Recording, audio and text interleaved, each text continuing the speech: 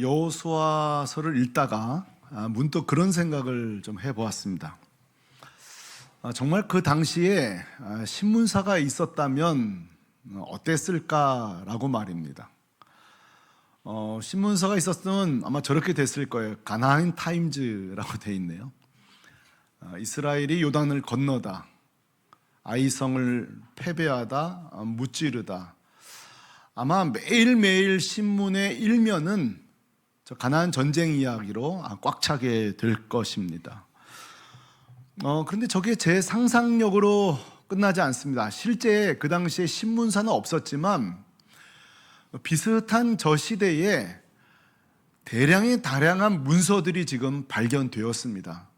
그러니까 점토판에 쓰여진 문서들인데요. 우가릿 문서라든지 아마르 문서라든지 누지 문서, 마리 문서, 이 당시의 기록들을 생생하게 묘사하고 있는 문서인데, 오늘 이 아침에 제가 좀 이 아마르 문서를 좀 여러분에게 소개하고 싶어요. 이 아마르 문서는 사실은 문서가 아니라 편지예요. 애굽의 외교관들이 그 이집트의 왕에게 지금 주변의 정세들을 조사한 내용을 무려 350통이나 왕에게 보낸 서신, 편지가 이 아마르 문서인데, 그 외교관이 보낸 편지 중에 두 편지를 제가 오늘 아침 소개하려고 해요. 하나는 EA 271번째, 그러니까 271은 이 편지 숫자입니다. 외교관 중에 밀키루라는 사람이 있는데, 이 사람이 왕에게 뭐라고 편지를 보낸 거 아니? 하비루의 세력이 가나안 지역을 침략하고 있으며 이로 인해 도시 국가들이 위협을 받고 있습니다. 이렇게 편지를 보냅니다. 289번 외교관 헤바라는 사람이 보낸 편지는 이렇게 요청을 해요. 하비루의 활동이 가나안에 영향을 미치고 있는데 왕의 대응을 요청 바랍니다. 이렇게 말이죠. 자, 이 두 문서에 등장하는 이름이 하나 있습니다. 하비루라는 거예요. 이게 히브루하고 좀 비슷하잖아요. 이 일부 학자들은 이 하비루, 이 사람들이 히브리인 이스라엘 백성이 아니겠는가 이렇게 주장을 합니다만, 저는 여러 가지 이유로 다 지지하지는 않습니다. 몇 가지 이유가 있어요. 자, 그럼에도 불구하고 분명한 건 이것은 확실합니다. 그 가나안 땅의 하비루가 진짜 이스라엘 자들인지는 모르겠으나 그 유사한 한 세력으로 인해 지금 가나안 땅이 큰 혼동을 겪고 있는 만큼은 확실합니다. 오늘 본문 1절하고 100% 일치해요. 자, 1절에 보면 이렇게 나오죠. 햇사람과 아모리 사람과 가나안 사람과 쭉 이게 가나안 7족속들이거든요. 이들이 이 일을 듣고 지금 이스라엘의 파죽지세로 여리고 아이성 무너뜨린 걸 말합니다. 자, 2절은 같이 읽어봐요. 시작. 모여서 일심으로 여호수아와 이스라엘에 맞서서 싸우려 하더라. 아멘. 이 가나안 7족속이 이제 이스라엘과 연합군을 이루어서 싸우기로 결정하는데, 저는 이 장면을 읽으면서 이렇게 좀 헛웃음이 나와요. 왜 헛웃음이 나오냐면, 도대체 이스라엘이 뭐라고 생각해 보세요. 이스라엘 백성이 애굽에서 나올 적에 사실 난민에 불과합니다. 나그네에 불과하다고요. 정말로 아무도 주목하지 않은 여호수아를 누가 알아요? 이스라엘을 누가 알아요? 아무도 주목하지 않은 뜨내기들에 불과해요. 근데 여러분 오늘 말씀 보세요. 이들이 도대체 뭐라고, 이 대국들이 이 철기 문화를 일찍이 받아들여서 철병거까지 가지고 있는 이 7족속이 뭐가 무서워서 연합하여 이스라엘과 싸우기로 결정했냐는 거예요. 저는 이런 말씀을 절대 그냥 지나치지 않는 이유가 있습니다. 왜냐하면 이게 바로 하나님의 약속이 성취되고 있는 순간이기 때문에 그래요. 여러분 기억나세요? 이스라엘이 출애굽할 때 아무도 주목하지 않을 그때에 하나님이 여호수아에게 이렇게 약속하십니다. 여호수아서 1장 5절, 이 능력의 말씀을 추억하면서 다시 읽어보겠습니다. 시작. 너희 평생에 너를 당할 자가 없으리니 내가 모세와 함께 있었던 것 같이 너와 함께 있을 것임이니라. 아멘. 아멘. 여러분, 그 막막하던 시절, 이제 우리 어떻게 되나 하던 그 시절에 했던 약속, 그 언약이 성도 여러분 지금 모두 성취되고 있는 줄로 믿습니다. 그렇게 초라했던 인생들이에요. 아무도 주목하지 않는 인생이 보세요, 여호와 하나님이 동행하시니까 지금 7 족속이 벌벌 떨고 있다는 사실이에요. 성도 여러분, 우리도 마찬가지입니다. 저와 여러분이 사시는 이 거대한 세상 가운데 진짜 이 수없이 바뀌는, 도대체 우리가 어디로 가야 될지 모르는 이 거대한 물결 가운데 저와 여러분이 어쩔 때 가끔 내가 티끌 같을 때가 있습니다. 먼지 같을 때가 있다고요.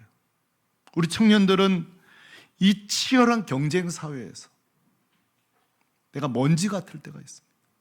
정말 나그네 같을 때가 있습니다만 성도 여러분 기억하십시오.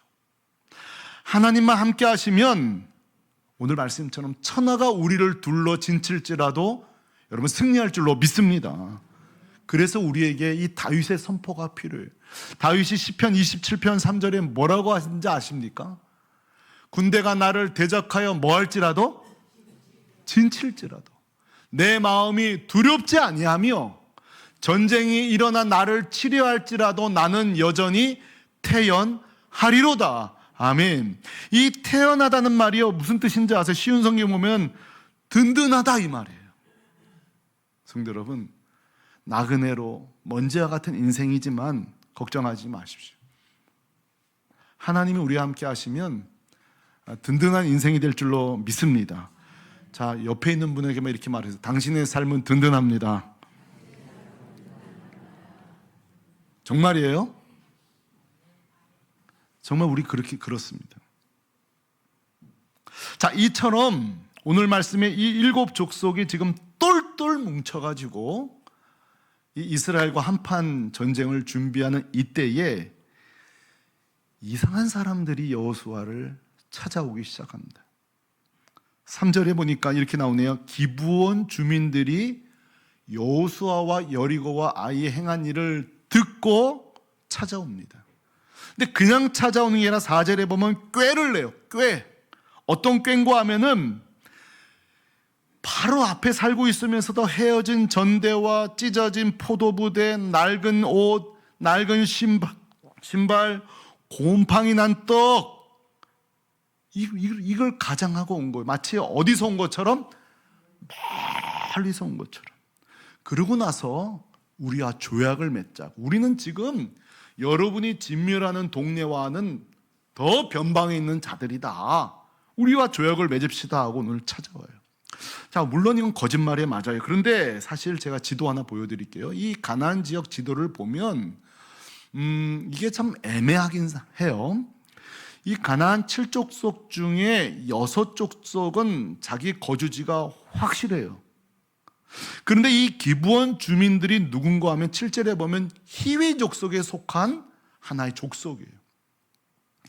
그런데 히위 족속만 조금 특별합니다. 거주가 지금 중앙에도 있습니다만 저 지도 보시면 저 북쪽에도 흩어져 산 것이 사실이에요. 그러니까 거짓말이면서도 좀 약간 정상창작이 되는 거짓말인 거죠. 그러나 진멸의 대상은 분명한 거예요.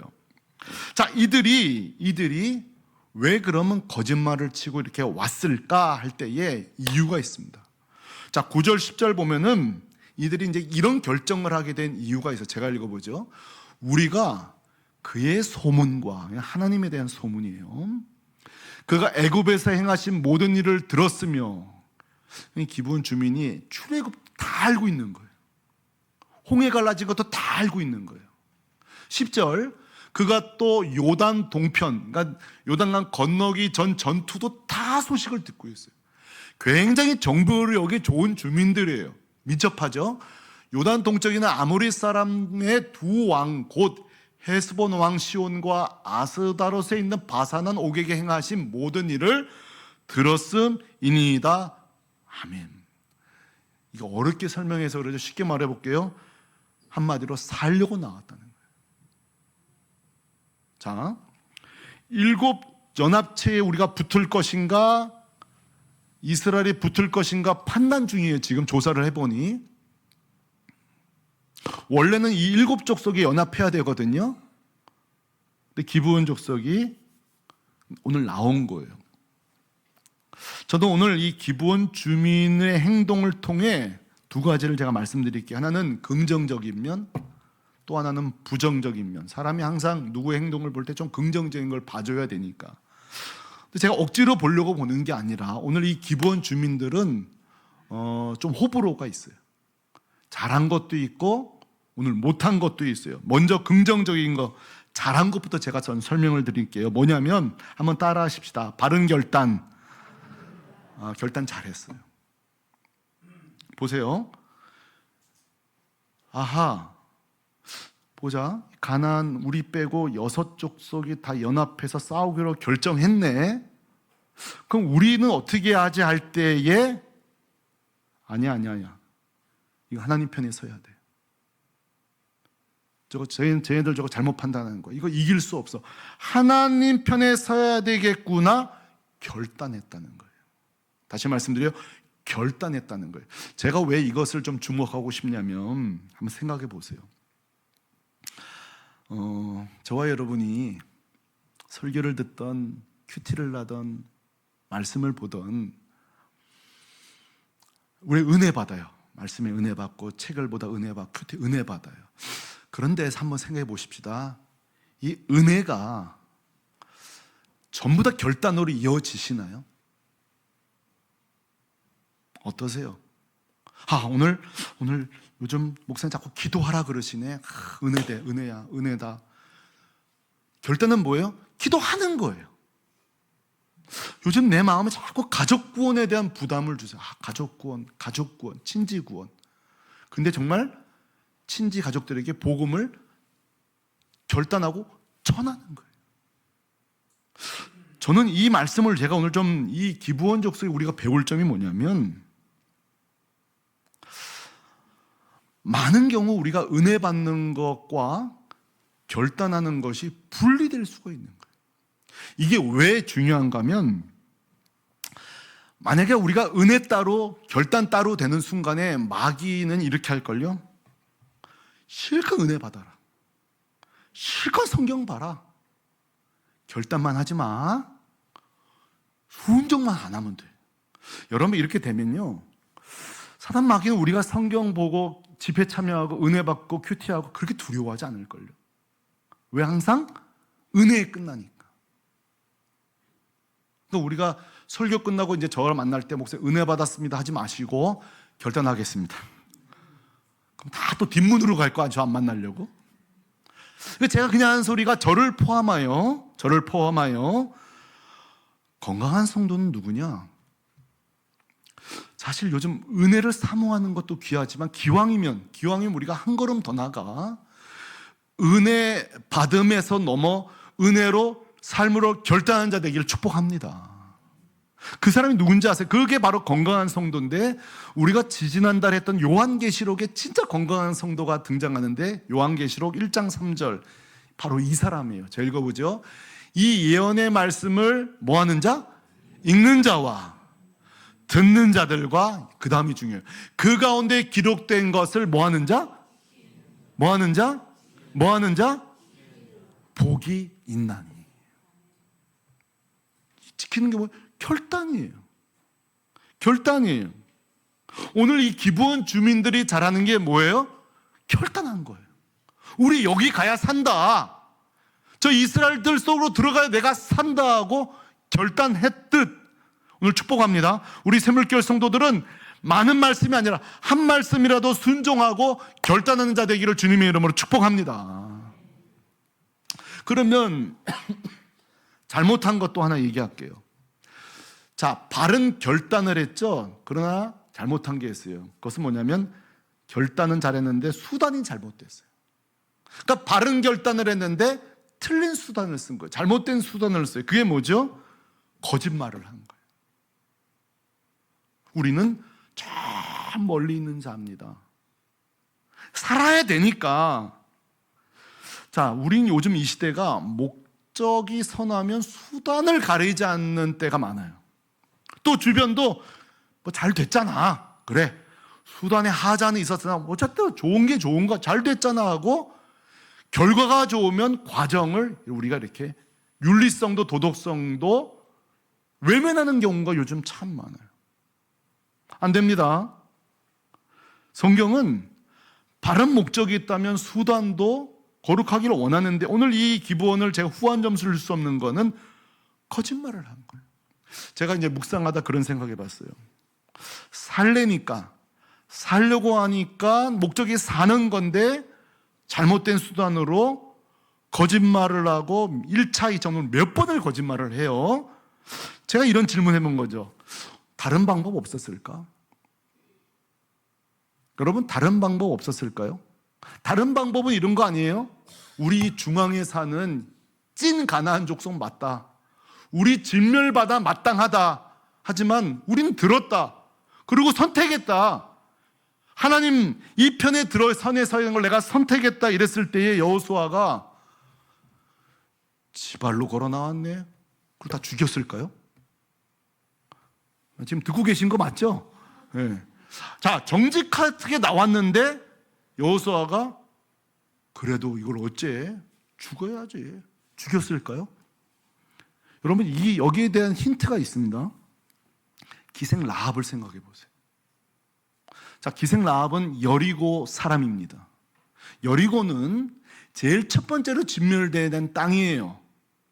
근데 여러분, 라합과 기브온 족속의 공통점이 있습니다. 둘 다 소문을 듣고 하나님께 나옵니다. 근데 방법이 틀렸어요. 기브온은 속임으로 나왔고 라합은 정공법을 택합니다. 나 여리고 사람 맞다. 하지만 당신들이 이 성을 무너뜨릴 때에 우리를 살려달라고 말할 때에 여러분 기억하십시오.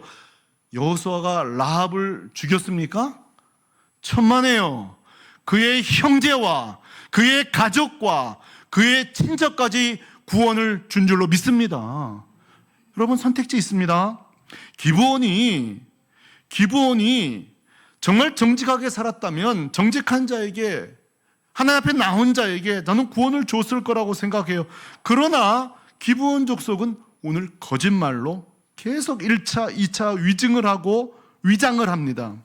자, 그렇다면 이 기브온의 거짓 앞에 여호수아와 이 종교 지도자들이 어떻게 결정했는가 보니까 15절 보니까 이렇게 결정하네요. 여호수아가 곧 그들과 화친하여 속은 거죠. 그들을 살리리라는 조약을 맺고 이제 하나님의 언약에 결과적으로 불순종하게 되는 거예요. 그리고 보니까 회중들과 족장들이 그들에게 맹세하였더라. 우리는 이제 이 족속은 우리가 진멸하지 않는다. 결정을 한 거예요. 화친을 맺습니다. 성도 여러분, 왜 여호수아와 이 리더들은 이렇게 성급하게 결정했을까? 이게 사기인데, 거짓말인데 왜 이렇게 성급하게 결정했을까요? 여기서 우리는 좀 신학자들의 도움이 좀 필요해요. 신학자들이 이렇게 얘기하더군요. 두 가지, 여호수아와 그 리더들이 아마 두 가지 생각이 있었을 거라는 거예요. 첫째로 평화적으로 해결하고 싶었던 거예요. 생각해 보세요. 좋은 지휘관은 내 병력의 손실을 최소화하면서 땅을 차지하는 거예요. 그렇죠? 그런데 지발로 걸어와서 종이 되겠다고 하는데 싸울 이유가 뭐 있어요? 그러니까 평화적 해결을 위해서 전쟁 안 하면 더 좋지. 평화적 해결을 하려고 했던 거예요. 두 번째는 노동력이 확보되는 거예요. 뒤에 27절 다음 주 말씀 보면 이들이 평생 제사 드릴 때에 쓰는 나무 패는 일과 물 기르는 일에 이들이 이제 평생 사용됩니다. 그러니까 보세요. 저 제사 우리가 평생 제사 드리는데 나무 준비하고 물 기르는 일 종으로 살면 좋네. 필요하잖아요. 노동력이 확보되는 거예요. 평화적 해결되죠. 노동력이 확보되죠. 신학자들은 그러지 않았겠는가 판단을 하는 거예요. 한마디로 여호수아 나름대로도 합리적인 생각을 했다고 생각해요. 리더들도. 그러나 성경은 그 변명에 대해서 절대 동의하지 않습니다. 왜 이렇게 성급하게 결정했냐? 성경은 이렇게 진짜 이유를 말하는데 14절에 이렇게 말합니다. 무리가 그들의 양식을 취하고는 어떻게 할지를 뭐라고요? 여호와께 묻지 아니하고. 그 노동력 확보했으면 좋지, 전쟁 안 하면 좋지, 다 할지라도 성경은 뭐라고 하느냐? 네가 그런 선택한 이유는 내게 묻지 않았기 때문이다.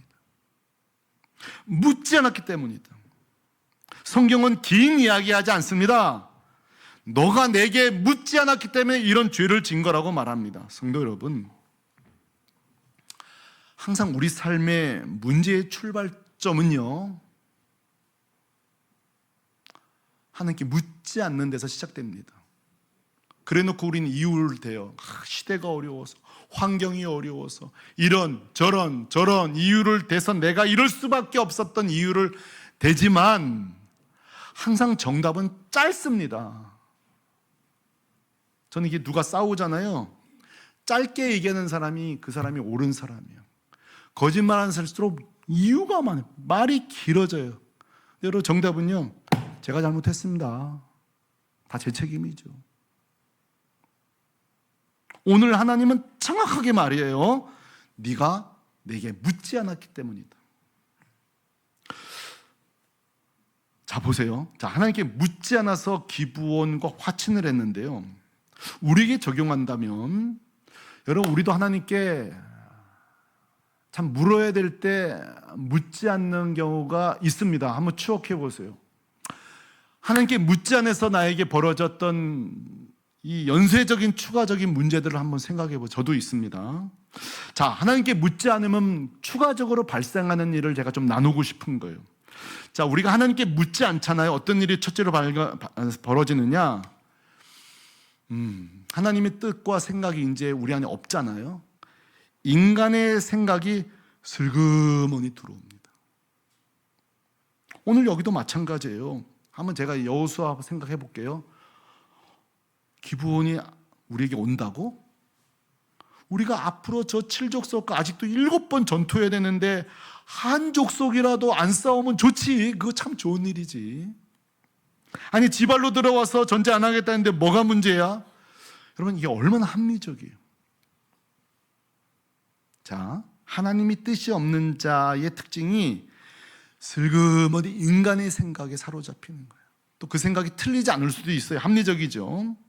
두 번째로, 하나님께 묻지 않는 자의 특징은 하나님의 뜻보다 우리의 필요를 우선시합니다. 자, 보세요. 이들이 지금 보죠? 나중에 제사 드리는데 나무 패고 물 기르면 시키는 거 시키면 되지. 우리의 필요를 딱 충족시켜주네, 이 결정이. 얼마나 도움이 돼요? 좋은 게 좋은 거지, 안 그래? 성도 여러분, 우리가 하나님께 묻지 않으면요, 우리의 모든 판단의 중심은 세 가지가 될 것입니다. 따라합시다. 합리성, 필요성, 편리성.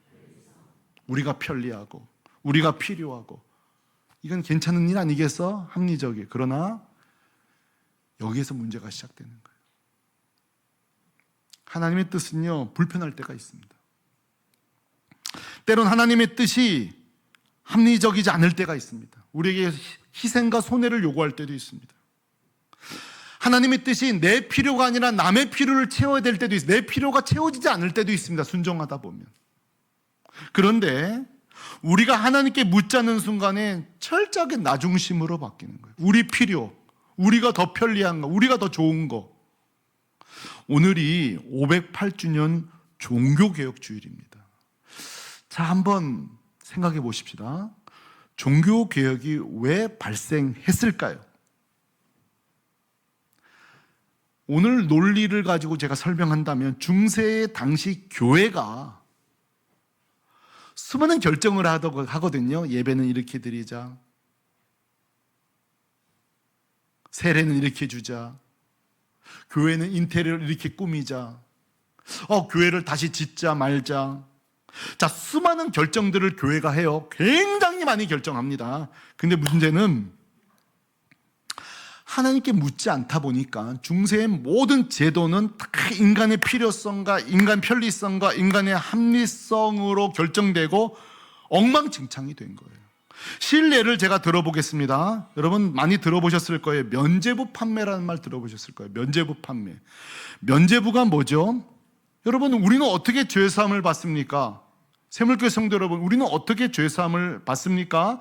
우리 힘이 아니라 오직 하나님의 사랑과 예수 그리스도의 그 십자가 보혈로 우리가 죄사함 받는 줄로 믿습니다. 그러나 여러분, 중세에는요, 그거 플러스 하나가 더 요긴한 종교 상품이 있습니다. 절찬리에 판매되는 종교 상품이 면죄부예요. 그게 뭐예요? 교회가 죄의 형벌을 교회가 사면해 주는 것입니다. 증서를 줘요. 증서까지. 여러분, 증서를 준다니까요. 당신이 용서받 구원받았습니다. 여러분, 이 면죄부가 이 팔고 받은 돈이 다 어디를 쓰인지 아세요? 그 교황 레오 10세가 성 베드로 성전을 지을 때 건축비가 너무 많이 드는 거예요. 곧 그 성전의 사이즈는 내 권이기 때문에. 그러니까 이 베드로 성당의 건축 비용을 마련하고 십자군 전쟁을 보낼 때 이 전쟁 비용이 발생하는데 돈 필요하는데 성전 지으려면 돈 필요한데 전쟁하려면 돈 필요한, 이게 다 뭐예요? 우리의 필요한 거예요. 그리고 말도 안 되는 상품을 개발한 게 면죄부인 거예요. 또 하나, 성직매매. 여러분, 우리가 지금도 우리가 목사가 되려면 저같이 학부까지 신학교를 다니면 10년 걸려요. 일반대 나온 분들 한 5년, 10년 걸린다고요. 근데 여러분, 돈을 주고 다음 달에 내가 성직을 살 수 있다면, 여러분, 저 지팡이를 얻을 수 있다면, 그리고 이게 왜 이게 이해관계가 맞아떨어지는 거 아니? 내가 나한테 말 잘 듣는 놈들을 사제로, 그럼 권력을, 내 권력이 계속 지탱되는 거예요. 그리고 또 성직을 매매하면서 재정이 또 확보가 되잖아요. 재정. 그러니까 결국 이것도 뭐 인간의 필요. 보세요. 고해성사, 성상숭배, 성모 마리아, 이게 모든 게 뭐예요? 전부 다 다 인간의 필요. 하나님의 뜻이 아니에요. 또 그 당시에는 우리는 지금 한글 개역개정 4번째 판을 우리가 보고 있습니다만, 그 당시에는 라틴어 성경밖에 읽을 수 없었어요. 그런 라틴어를 성도들이 아느냐? 몰라요. 그러면 이렇게 라틴어를 읽으면 성도들은 좋은 얘기 하시겠지, 그러고 듣고 있는 거예요. 그러면 왜 우리 언어로 번역을 못 해주냐? 너는 우리가 주는 은혜만 받아야 돼. 내가 해석해 줄 때만 은혜를 받아야 돼. 그러니까 이 성도들이 사제에게 목매일 수밖에 없는 거예요. 그래서 그때 루터가 독일어로, 모두가 읽는 독일어로 바꾸려고 했을 때 막 큰일 나는 줄 알고 반대하죠.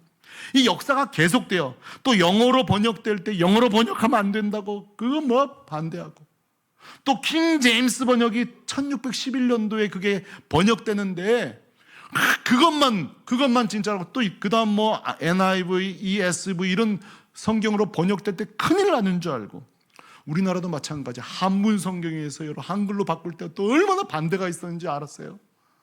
한글 성경에서 또 개정 개혁으로 할 때, 또 쉬운 성경으로 갈 때, 여러분 이거 왜 이렇게 바뀌어야 되는지 아세요? 그게 성경적 원리예요. 따라합시다. 난 곧 방언으로.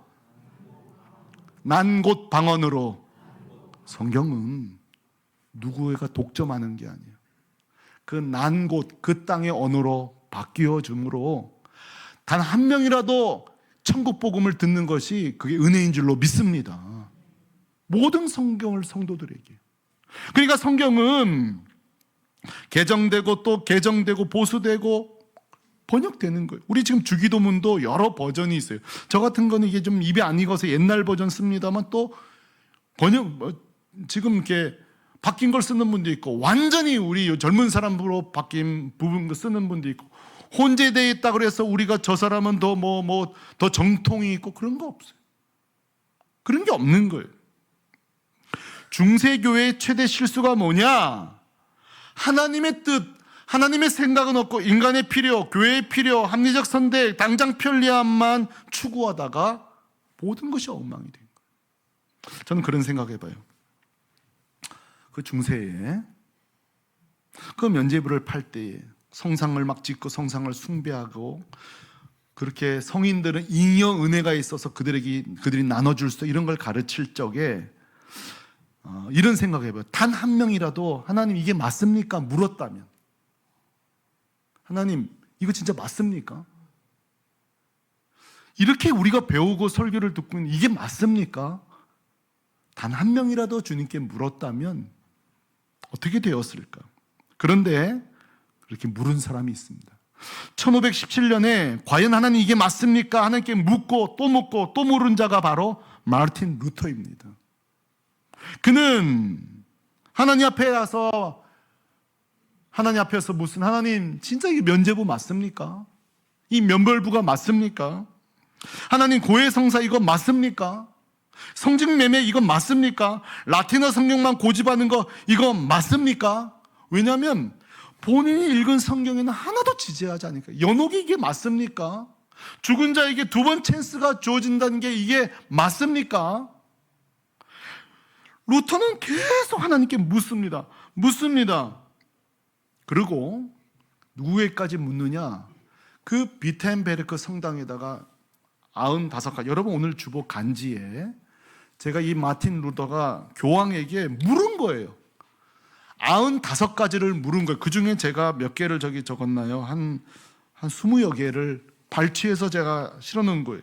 이게 지금 뭐냐면, 이 마틴 루터가 성당, 그 비텐베르크 성당 대문에다가 이 반박문을 적고 물은 거예요. 그리고 요구해요. 나랑 공개적으로 토론을 하자고. 공개적으로 토론하자고.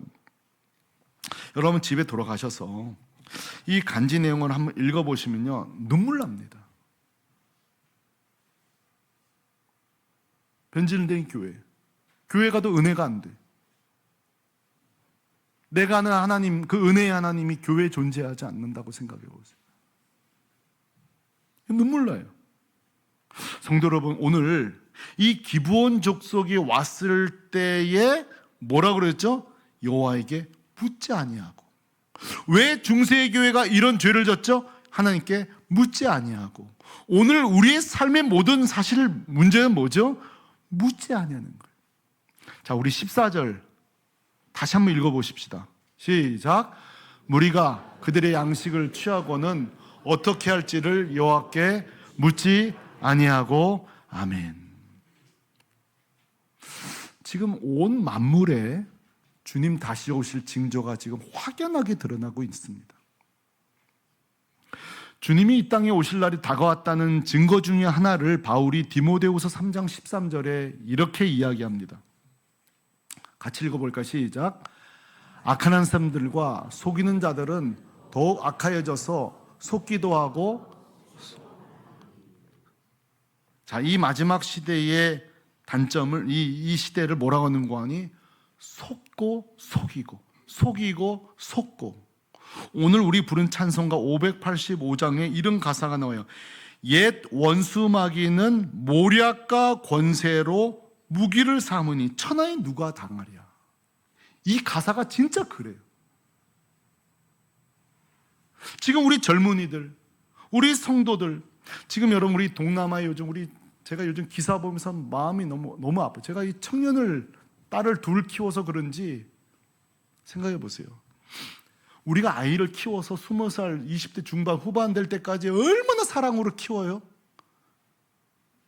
이 아이들이 부지불식간에 해외로 가서 실종되고, 제가 이제 좀 긍정적으로 생각하는 거예요. 한국 땅에서 막 기회는 없지요. 또 돈은 필요하죠. 빚도 갚아야죠. 그때 여러분 보세요. 큰 일확천금을 준다는 그 유혹을 이겨내기가 쉽지가 않은 거예요. 오늘 말씀드려요. 악한 자들이 속이는 자들은 더욱 악하여져서 속이기도 하고 속기도 하나니. 제가 뭘 말씀드리는 거 아니? 지금 우리가 우리 주변에 기부원 족속들이 수두룩박득한 거예요. 속이는 자들. 여러분, 우리가 천하에 누가 당하랴? 이 모략을, 이 권세를 여러분 누가 이길 수 있겠어요? 딱 하나밖에 없어요. 딱 하나밖에 없어요. 여호와에게 묻는 자가 이 모략과 권세를 무력화시키는 줄로 믿습니다. 그래서 오늘 설교 제목이 뭐예요? 종교개혁의 정신은 다시 묻는 신앙으로. 따라합시다. 다시 묻는 신앙으로. 이 방법밖에 없어요. 잘난 체 하시면 안 돼요. 아는 체 하시면 안 돼요. 뭐든지 물어야 돼요. 뭐든지 다시 물어야 돼요. 정신 차리고 살아야 돼요. 저는 그래서 오늘 세 가지 숙제를 해드려요. 우리 삶 속에 세 가지 영역에서 좀 물으셨으면 좋겠어요. 첫째는 신앙의 영역, 경제의 영역, 관계의 영역. 신앙의 영역, 우리가 여러분 요즘 2단들, 3단들 막 수많은 악한 자들이 우리에게 다가올 때 계속 우리의 신앙을 경계하고, 그렇죠? 참과 거짓을 분별하는 힘이 진짜 하나님께 묻는 신앙밖에 없어요. 여러분, 경제 영역도 마찬가지예요. 여러분, 지금 우리 주변에 벌어지는 사기와 사건이 뭐에 다 속히 돈 버는, 속고 속이고. 요즘 보니까 다 투자들 하세요. 부동산도 주식도 다 투자하시죠. 저는 이 투자의 영역, 이 경제 영역이, 투자의 영역도 좀 하나님의 통치가 이루어졌으면 좋겠어요. 제가 얼마 전에 기사를 보다가 좀 건실한 이 청년이 아버지 가업을 이어받았는데 재정은 없는데 또 가업을 이어받으면서 상속세가 너무 많이 나온 거예요. 그러니까 지금 폐업을 해야 되나 어찌해야 되나 보니까 AI 기반으로 꽤 건실한 기업은, 제가 결혼 기사 보다가 기도했어요. 하나님, 이런 회사는 누가 좀 투자 좀 하게 해주세요. 꼭 없는 사람이 이런 생각해요. 그렇죠, 여러분? 여러분, 투자할 때 세 가지 아니겠어요? 정말 내 노후를 준비할 것, 좀 공격적으로 투자하는 거, 마지막은 이런 데 투자하셔야 돼요. 내가 잃더라도 내가 이 회사 좀 밀어주자. 그거 좀 근사하게 손해보는 거 아니에요? 정말 이런 건실한 기업들은 내가 좀 손해보더라도 투자해주자. 이 투자의 영역에 있어서도 하나님의 그런 약자를 돌보는 그런 생각들. 야, 진짜 우리가 기업하는 거, 사업하는 것도 자꾸 물어야 되겠구나. 마지막에 여러분, 관계의 영역이. 이 관계의 영역, 요즘 우리가 초갈등 시대를 삽니다. 정말 초갈등 시대를 살아요. 그리고 그 초갈등을 해결할 능력이 없는 시대를 우리가 삽니다. 이때 어떻게 되냐? 하나님, 어떻게 하면 좋을까요? 꼭 물으셔야 돼요. 왜 물어야 되냐면 지혜를 주십니다. 지혜를 주세요. 어떤 지혜를 주시냐? 잘못한 건 잘못했습니다. 사과할 용기를 딱 주세요. 그리고 그 사람을 사랑하는 마음을 주시고. 오늘 종교개혁의 정신, 다시 묻는 신앙으로 이것이 회복될 때에 정말 우리의 모든 전 영역에서 이것도 잘못됐네, 이것도 오염됐네, 모든 것이 수면으로 드러나게 될 것이고, 우리가 다시 한번 주님 앞에서 거룩하고 흠없는 주님의 제자로 회복될 줄로 믿습니다. 508주년 종교개혁주일 맞이해서 종교개혁의 정신, 다시 묻는 신앙 되기를 주님의 이름으로 축원합니다.